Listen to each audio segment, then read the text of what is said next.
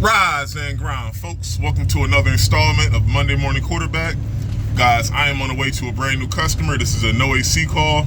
All I know, this customer said he had the thermostat set to 80 degrees and, he had the thermostat set to 50 degrees and it's up to 80 something right now in the house. He said it worked all summer. It just crapped out yesterday. Guys, I am almost there right now. Let's go take a look. I'll see y'all when I get inside. All right, guys. This customer said he just bought this place about 5 months ago, actually during the summer.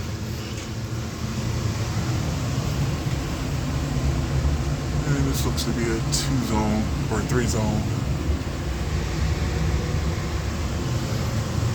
setup here. Filter still looks okay. And the customer said that the fan was running, but the air is hot. It's 90 degrees in there. And guys, my indoor fan is blowing. My condenser fan is blowing, but I don't hear my compressor run. What is this, a 3-ton York unit, 410A? All right, guys, I got my tool bag. Let's open this up and let's see what's going on. I'll be right back. All right, guys.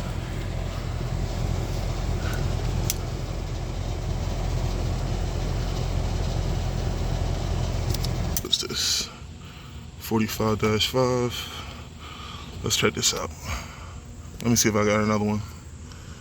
And maintenance is definitely going to be recommended here at a minimum. Let me see what I got. I'll be back.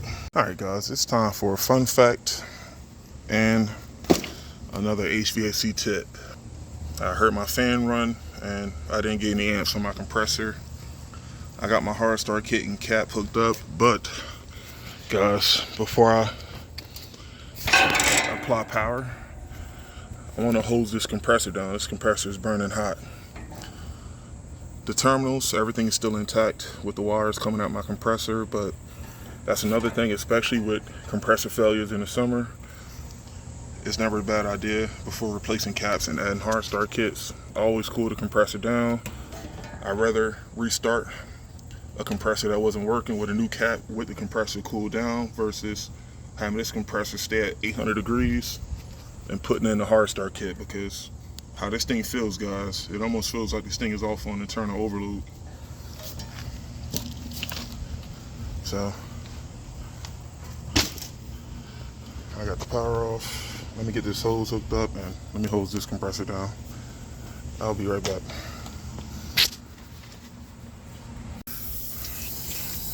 Alright, guys, this is going to take a little while.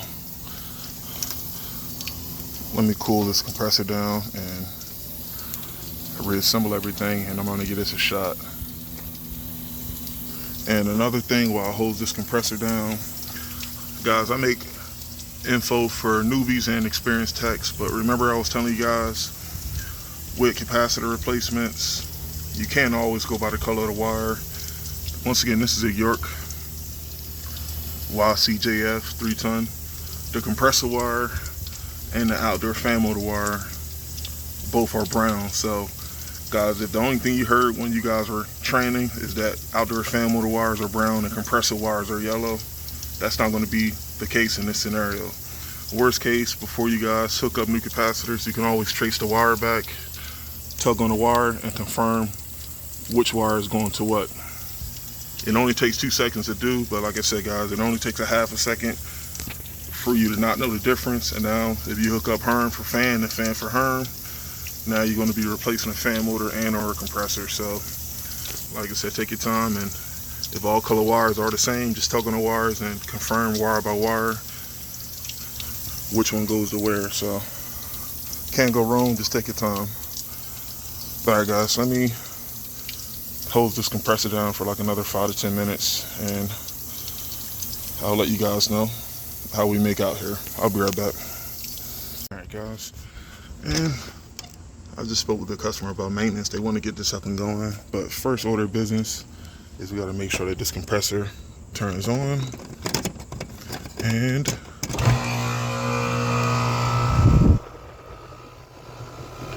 that sound is very distinguishable, and that's not the sound that we heard earlier. But guys, what I gotta do, I gotta strap this capacitor in and strap this hard start kit in, and we're gonna do a maintenance. And like I said, the customer already takes care of the filter. He said he's gonna order some more filters online. But let's get the maintenance squared away, and let's get this capacitor and hard start kit strapped in, and let's button this thing up. And another thing, on non-heat pump units, I don't see the point in this compressor jacket. Does this unit run in the wintertime? No. The only thing I see this for is a liability. Once again, on straight AC compressors, this is only going to cause an issue. So I usually take these off.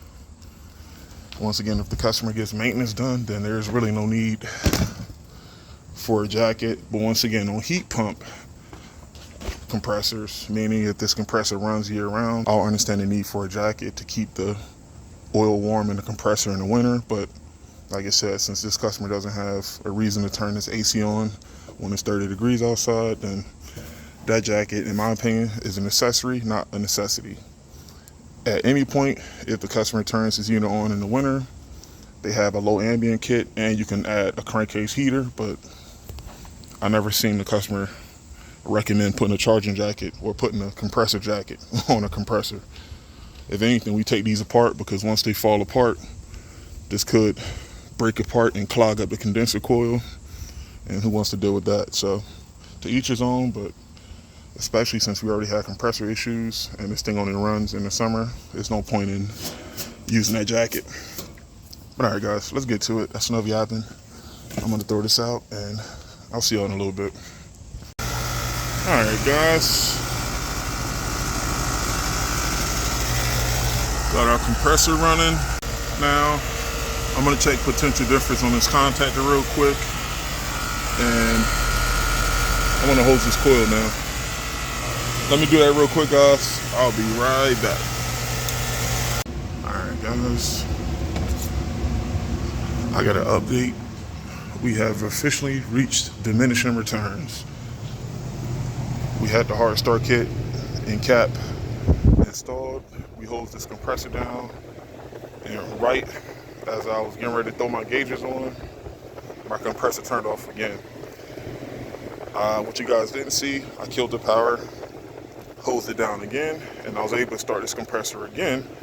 My head pressure and my suction pressure was normal. I think I had about a 130 on the low side and about a 300 on the high side. And guys, I didn't even have a 20-degree split inside. I tried to add a little bit more refrigerant, and this compressor turned off again. So I don't know if something's going on with the valves inside this compressor, but this thing is not even pumping enough for us to have a pressure difference inside. So this customer said that he bought this house as is. I don't know what the service history is with this unit, but he said no one came out here to add refrigerant or do anything service-wise with this unit. But I don't trust this compressor.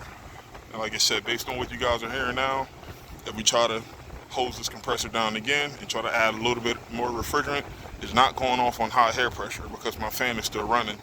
It's turning off on internal overload. So that tells me I don't have a pressure problem, I have a compressor problem.